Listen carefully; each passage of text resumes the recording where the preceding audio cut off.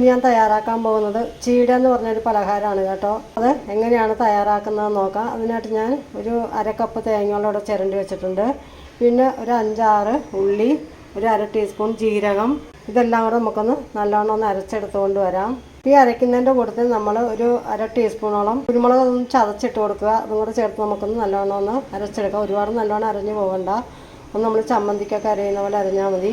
അപ്പോൾ നമുക്കിതൊന്ന് അരച്ചെടുത്തുകൊണ്ട് വരാം. ഈ കപ്പിന് 2 കപ്പ് അരിപ്പൊടിയാണ് ഞാൻ ഇതിലേക്ക് ഇട്ട് കൊടുത്തേക്കുന്നത്. അത് വറുത്ത അരിപ്പൊടിയാണ് എടുത്ത് വെക്കണത്. ഇനി നമുക്കിതിലേക്ക് ഒരു പിടി ഉഴുന്ന് പൊടിച്ചതും കൂടി ഇട്ട് കൊടുക്കുന്നുണ്ട്. ഉഴുന്ന് പൊടിച്ചതാണ്. ഒരു 1/4 ടീസ്പൂണോളം ഉപ്പിട്ട് കൊടുക്കാം. പിന്നെ നമ്മൾ അരച്ച് വെച്ചേക്കണ തേങ്ങ ഇതൊക്കെ ഇതിലേക്ക് ചേർത്ത് കൊടുക്കാം. 1/4 ടീസ്പൂൺ ഉപ്പ്, നമ്മൾ അരച്ച് വെച്ചേക്കണ തേങ്ങയും കൂടി ഇതിലേക്ക് ഇട്ട് നല്ലോണം കുഴച്ചെടുക്കാം. നമ്മൾ കുഴച്ചെടുക്കുമ്പോഴത്തേക്കും കുറേശ്ശെ വെള്ളമൊഴിച്ചോ കുഴയ്ക്കാവുള്ളൂ. കുഴയ്ക്കുമ്പോൾ ചപ്പാത്തിക്ക് കുഴച്ചെടുക്കില്ല, അതുപോലെയാണ് ഇതിന് കുഴച്ചെടുക്കേണ്ടത്. അപ്പോൾ കുഴച്ചെടുത്ത് വന്നിട്ട് ഞാൻ കാണിച്ചു തരാം കേട്ടോ. നമ്മൾ ഇതുപോലെയാണ് കുഴച്ചെടുത്ത് വയ്ക്കേണ്ടത്. ഇങ്ങനെ നമ്മൾ കണ്ടോ, ഇതുപോലെ ഇരിക്കണം മാവ്. നമ്മൾ ചപ്പാത്തിക്കൊക്കെ കുഴക്കുന്ന പോലെ ആയിരിക്കണം.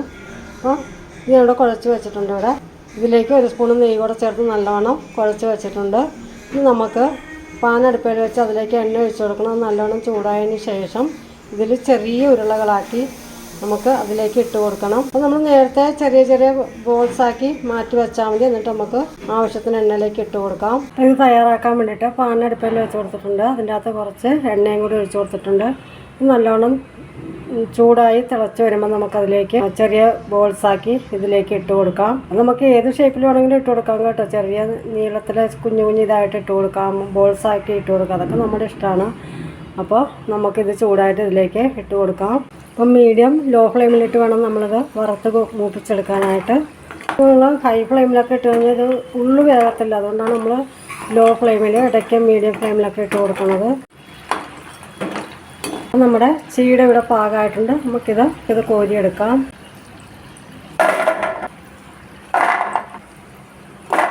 നല്ലോണം മൂപ്പിച്ച് ഇതെടുക്കുക. ഈ പാകത്തിൽ വേണം നമ്മൾ വറുത്ത് കോരിയെടുക്കാനായിട്ട്. അപ്പോൾ നമുക്കിനി ബാക്കിയും കൂടെ